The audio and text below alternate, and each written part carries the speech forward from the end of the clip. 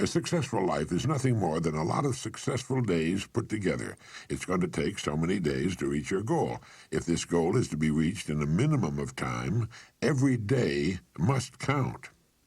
Now think of a single day as a building block with which you're building the tower of your life.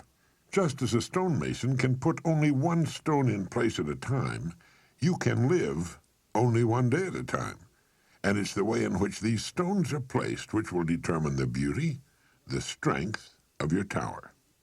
If each stone is successfully placed, the tower will be a success. If, on the other hand, they're put down in a hit-or-miss fashion, the whole tower is in danger. Now, this may seem to be a rather elementary way of looking at it, but I want to make it clear, and it's a good and logical way of looking at a human life. All right, then, let's take it one day at a time. From the time we wake up in the morning till we drop off to sleep that night, keeping our goal in mind as often as possible. Now, each day consists of a series of tasks of all kinds, and the success of a day depends upon the successful completion of most of these tasks. Now, if everything we do during the day is a success, that is, done in the best fashion of which we're capable, we can fall asleep that night in the comfortable knowledge that we've done our very best, that our day has been a success, that one more stone has been successfully put into place. Now, this is the way to really live. Do each day all that can be done that day. You don't need to overwork or to rush blindly into your work trying to do the greatest possible number of things in the shortest possible time. Don't try to do tomorrow's or next week's work today. It's not so much the number of things you do, but the quality, the efficiency of each separate action that counts. The quality of what you do. Gradually, you'll find yourself increasing the number of tasks and performing them all much more efficiently. To get the habit of success, and that's why successful people go from one success to another, because it's a habit with them, to get the habit of success, you need only to succeed in the small tasks of each day. This makes a successful day. Enough of these, and you have a successful week, month, year, and lifetime. This is why I say success is not a matter of luck. Far from it. It can be predicted and guaranteed, and anyone can achieve it by following this plan. Almost before you realize it, you'll have achieved your goal. In looking back, you'll realize that your success was not attributable to any one day, week, or month, but rather it was the consistent, unrelenting, successful succession of single days that turned the trick. This is the way a skyscraper, a home, or a human life is successfully built. One successful day at a time, and each day comprising a collection of successful tasks, one successful task at a time. In order to advance to the place you've chosen, two things are necessary. One, that you keep your eye on your goal, and two, that you continue to grow from the standpoint of competence and effectiveness. Don't get impatient. Don't let the hundreds of little distractions which each day try to get you off course bother you. Pay no attention to them. Shake them off and stay steadily on the track. Concentrate on each task of the day from morning to night, and do each as successfully as you can. Know full well that if each of your tasks is performed successfully, or at least the greater majority of them, Your life has to be successful. There's no other answer. There's no way to avoid it. The men and women who are certain to advance are the ones who become too big for their jobs and who have a clear concept of what they want to be, who know what they can become, what they want to become, and who are determined to be what they want to be. Remind yourself at this time that people become exactly what they make up their minds to become.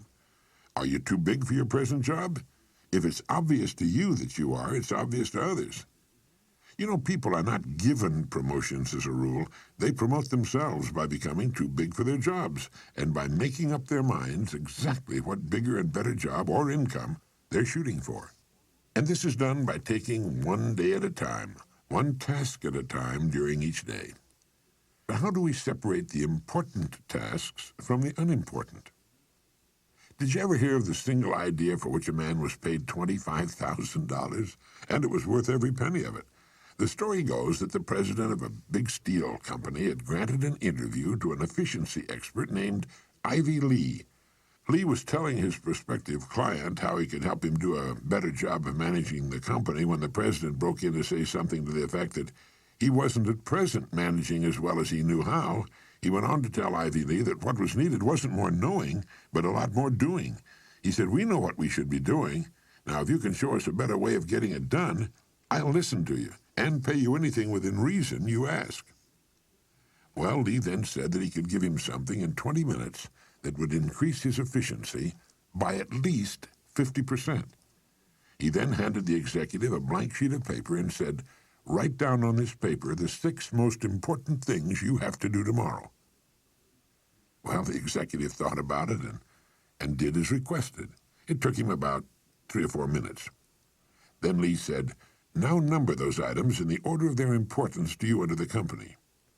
Well, that took another 3 or 4 or 5 minutes, and then Lee said, "Now put the paper in your pocket, and the first thing tomorrow morning, take it out and look at item number 1. Don't look at the others, just number 1, and start working on it. And if you can, stay with it until it's completed. Then take item number 2 the same way, then number 3, and so on till you have to quit for the day. Don't worry if you've only finished 1 or 2, the others can wait. If you can't finish them all by this method, you could not have finished them with any other method. And without some system, you'd probably take 10 times as long to finish them and might not even have them in the order of their importance. Do this every working day," Lee went on. "After you've convinced yourself of the value of this system, have your people try it. Try it as long as you like, and then send me your check for whatever you think the idea is worth." The entire interview hadn't taken more than a half hour. In a few weeks, the story has it that the company president sent Ivy Lee a check for $25,000, with a letter saying the lesson was the most profitable, from a money standpoint, he'd ever learned in his life. And it was later said that in 5 years, this was the plan that was largely responsible for turning what was then a little-known steel company into one of the biggest independent steel producers in the world. One idea, the idea of taking things one at a time in their proper order, of staying with one task until it's successfully completed before going on to the next, of living one day at a time. For the next 7 days, try the $25,000 idea in your life. Tonight, write on a slip of paper the 6 most important things you have to do. Then number them in the order of their importance. And tomorrow morning, go to work on number 1. Stay with it till it's successfully completed. Then move on to number 2 and so on. When you've finished with all 6, get another piece of paper and repeat the process. You'll be astonished and delighted at the order it brings into your life, and at the rate of speed with which you'll be able to accomplish the things that need doing in the order of their importance. Now, this simple but tremendously effective method will take all the confusion out of your life. You'll never find yourself running around in circles, wondering what to do next. Remember as you do to live the best you can, one day at a time. You need not worry about tomorrow or the next day or what's going to happen at the end of the month. One day at a time, handled successfully, will carry you over every hurdle. It'll solve every problem. You can relax in the happy knowledge that successful tasks make successful days, which in turn build a successful life. This is the kind of unassailable logic no one can argue with. It will work every time, for every person. The reason for writing down what you consider only the most important things to do is obvious. Handling each task during the day successfully is important to the degree of the importance of the tasks themselves. Doing a lot of unnecessary things successfully can be pretty much of a waste of time. Make certain that the tasks you take the time to do efficiently are important tasks, tasks which move you ahead steadily toward your goal. So often youngsters in school worry about a passing grade. They think of all they'll have to do before the end of the school year. Following this course of action, they can stop worrying completely and count on excellent grades. Freshmen in high school and college are frequently plagued by doubts as to whether or not they'll be able to successfully complete the 4 years ahead and graduate. 4 years seem like such a long time to them, almost forever, and this thought sometimes leads to a sort of giving up, a fear of failure. It was the great Harvard teacher and psychologist William James who said, in effect, "Let not students worry about the success of their efforts.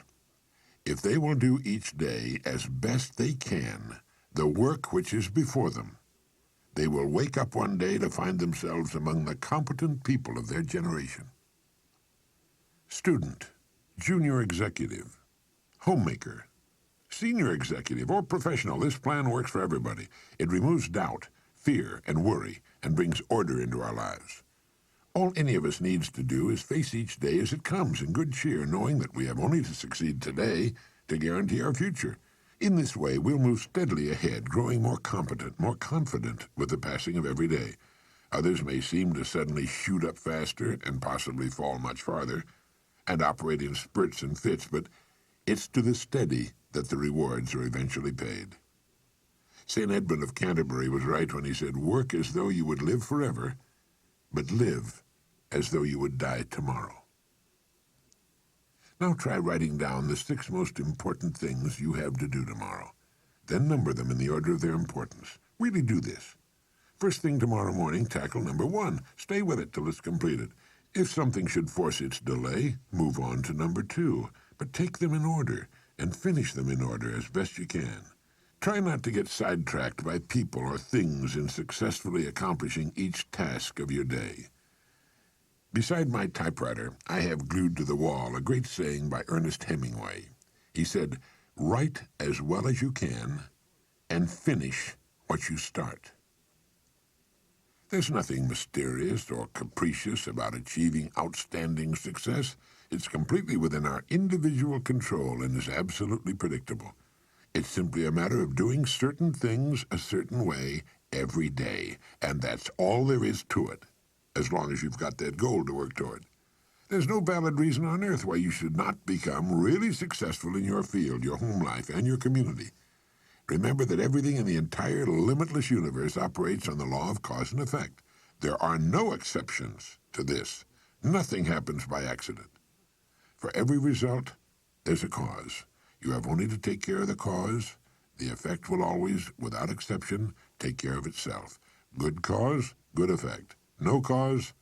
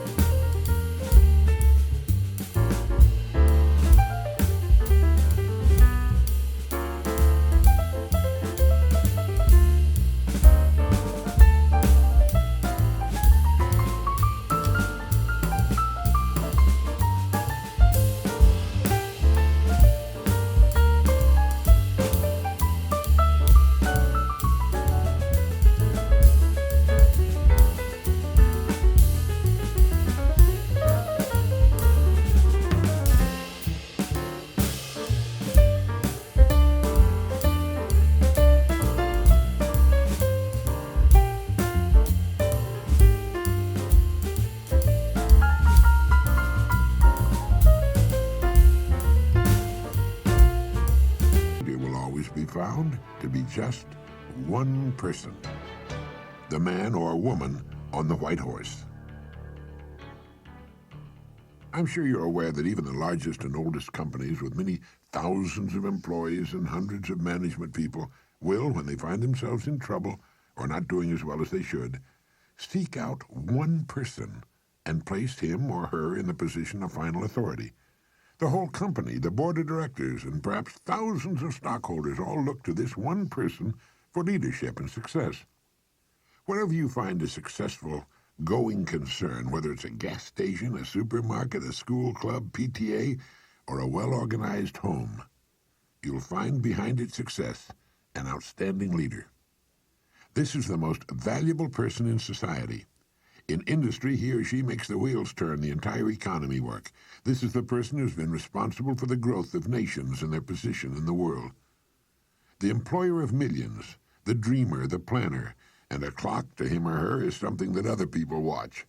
You'll find this person working early and late, and when not working, he or she is usually thinking and planning. Way back during the Depression of the 1930s, the phrase most often heard by employers was, "I'll do anything, just give me a job." Millions were unemployed. Thousands of business firms had closed their doors, and outside employment offices long lines of people stood waiting for any kind of work. It was during this time in Long Beach, California, crowded to overflowing with thousands who had migrated there looking for work when there wasn't enough work to go around for the permanent residents, it seemed, that a friend of mine made an interesting discovery. He found that he could go to work almost anywhere he chose. Now, amazing as this may sound, it was absolutely true. It dawned upon him one day that the business establishments of various kinds were just as anxious to succeed as were the people looking for work. The owners and managers of these businesses were worried and concerned over the hard times which had descended upon the country, and a great many of them were looking for someone to come to their aid, the person who would somehow show up and solve their business problems. But all they heard was people asking for work and saying, "I'll do anything." These people were asking for a paycheck from a company which was very likely teetering on the brink of financial ruin itself. And so signs appeared in windows all over the land reading, "No help wanted." This was a negative form of advertising, and while it kept the plaintive hordes away from the door, it also hurt business. Well, this friend of mine decided to become a part of the solution instead of a part of the problem. And his method was simple, and it worked like a charm. He selected the kind of business he felt he would like to work in, and in which he could build a career. He then devoted a month to finding out all he could about that particular business. He talked to other people in the same line. He heard their problems and what they felt was wrong. He talked for hours, asking questions, probing about what they felt was needed, and so on. He went to the public library and read everything he could find on that industry. And then he began to think of ways and means by which this business might be improved. When he was ready and finally made his call on the company for which he had decided to work, instead of asking for a job, he said to the boss something like this: "I believe I know of several ways in which your business can be greatly increased, and I'd like to talk to you about them." Well, here he was, selling the one thing on earth in which his prospect was most interested. The fact that he knew a good deal about the business now permitted him to talk intelligently. He took a positive attitude, expressed a willingness to pitch in and help put the business on a sound and profitable footing. And, of course, that's right, he got the job. Millions out of work and asking for jobs. But one man who found a way to be of help. What had he done? Well, first he had specialized. He had selected one line of work and decided that that was where his future would be. Now he had to prove himself, and he did. The jack of all trades and master of none was the man who suffered during the Depression. People who knew what they were doing and where they were going sailed through those Depression years just like a large ship sails through a storm. It wasn't as comfortable as it could have been, but at least the crossing was a success. At least they didn't founder. And thousands of businesses actually grew larger and prospered during the Depression. The best way for you to develop the security that lasts a lifetime is to become outstanding at one particular line of work. Look at it this way. Regardless of economic ups and downs, the industry of which that line of work is a part will continue to operate. It won't shut down completely. As long as you're in the top 5% of the people in that industry, you know you'll always be in demand. You'll be wanted and needed, not just where that industry is concerned, but where you and your family are concerned also. The man or woman who becomes truly outstanding at what he or she does has the world on a string. Here's the person of confidence and peace of mind. Here's the person who's quietly aware of his or her ability and intimate knowledge of his or her job in particular industry. Here's the homemaker or student who's at the top of the group. They've got it made, and they and everybody else know it. Ask yourself this question: am I now such a person? Down deep inside, you know the answer. If you answered yes, you're among the most fortunate people and in one of the smallest and most elite groups on earth. If your answer was no, it can be turned into a yes in a surprisingly short time. The first step is to make one really big and important decision. It's a decision the great majority of people never make and suffer as a result. Failing to make this decision keeps a person from ever really getting on course or clarifying his or her goals. If you make the decision I'm now going to recommend, you can take a deep breath, give a comfortable sigh of relief, fix your eyes firmly upon your target, and go to work relaxed, comfortable, and sure in the knowledge that the success you seek will be yours. The great steel magnate Andrew Carnegie, when asked the formula for success, answered, "Put all your eggs in one basket, and then watch that basket." Let's be frankly realistic. Who gets laid off work during an economic slump? Well, what gets thrown over the side when a ship is in danger of going down? Everything not absolutely essential to the operation of the vessel and the safety of its passengers. And it's the same with a business or any other organization. It has to be that way. With a corporation, its main purpose is to remain in business forever. As long as it remains in business, it can provide a needed product or service, protect the investment of those who have faith in it, and provide jobs for those who are essential to its continuity of operation. It's the duty of management to protect the firm and the people who depend upon it, just as it's the captain's duty to do everything in his power to keep his ship sailing. All a person needs to do is make certain that he or she is a vital part of the business or organization. Those who insist on remaining spare gear, those who do no more than they must in order to squeak by, those who say, "I'm not going to do any more than I'm paid to do," must expect to be jettisoned when things get too rough for safety. Nobody, particularly the captain, likes to see cargo thrown over the side, but if it'll help save the ship, there's nothing else to do. That's why people are laid off. It has nothing to do with management and labor relations or personalities, and in the long run it's best for everyone, since once smooth sailing has again been reached, additional employment can again be made available. So each of us must decide whether we want to be part of the cargo or a member of the crew. It's said that millions suffer today from a malady called panophobia. Panophobia means literally fear of everything. It's an uneasy feeling, a feeling of insecurity that generally manifests itself as a sort of lump of fear that settles right behind the belt buckle, especially on Sunday evenings and on Monday mornings. There's nothing you can put your finger on. It's just an apprehension, a feeling of foreboding. And this extremely unpleasant condition is said to result from the unspoken but realized fact that we're getting credit for more than we're actually doing, or that we're doing less than we could be doing. It's the perfectly natural and normal understanding deep within each of us that there's something basically wrong about getting praise that's not earned, or if you're an employee, being paid for something you're not doing as well as you possibly can. If we have panophobia, running doesn't do any good. We find it follows us on vacation and around the house and yard on weekends. It's inside us, and no matter how fast the jet we board or how exciting the television program we're watching, soon we're aware of it again. Now there's a simple cure for this malady. It's to throw ourselves not out of a window, but into activity, into our work. It's the decision to be worth more than we're being paid. Only in this way can we grow. It's overbalancing the scales in the service we give, knowing that our rewards must follow as a natural result. Anyone who will be honest with himself or herself realizes that he or she has been happiest and most satisfied after having successfully completed a difficult job. A leader is a person who can help and lead others. It's the conscientious mother who wants her children to grow up knowing the rules for success and happiness. It's the father who shows by example that any job worth doing is worth doing well. It's the student who studies to learn, not just to get a grade, who has a mind of his or her own and sets the pace for his or her fellow students. It's the farmer whose farm sets an example in his area, and the small businessman or woman whose business continues to grow and prosper with the passing years. It's the employee who has the good sense to realize that one gets most out of any job by giving loyalty and dedication to the firm that pays his or her wages. A leader is any person who realizes the importance of becoming a bigger and better person with the passing of every day, week, and month.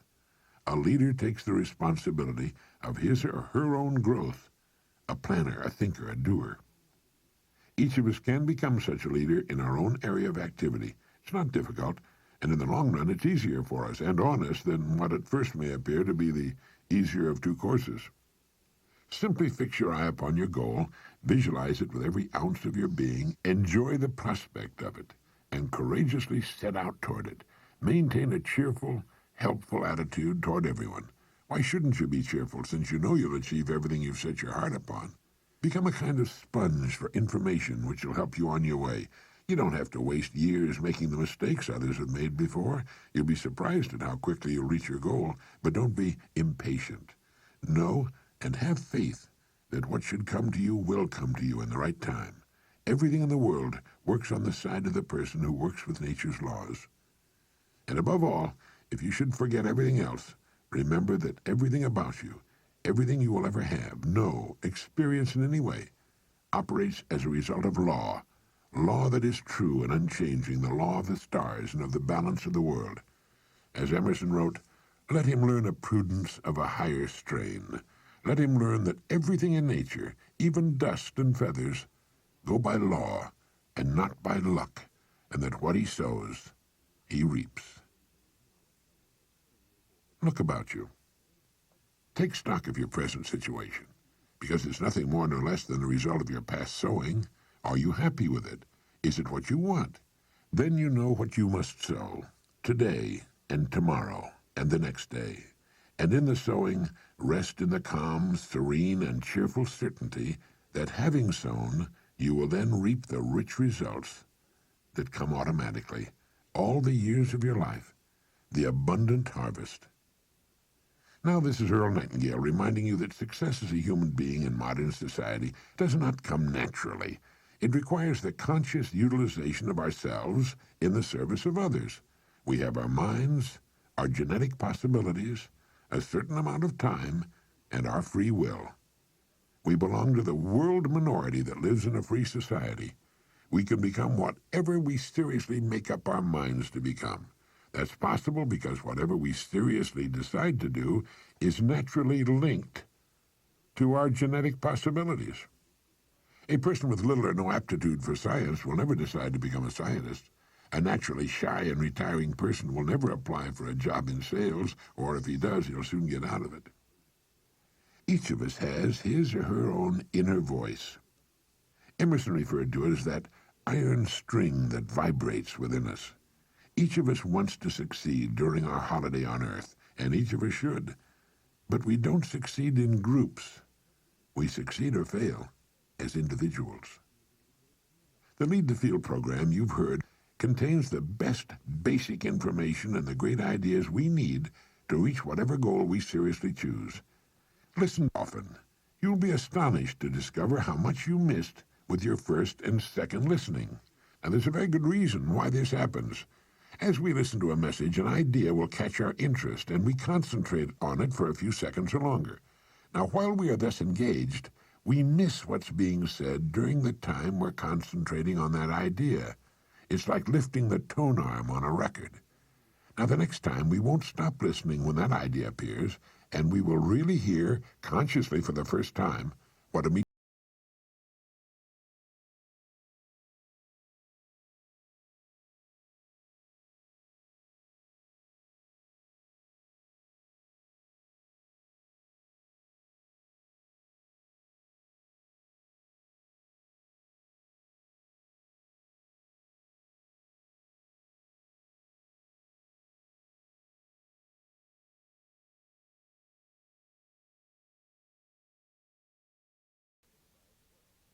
This is the end of Side 12.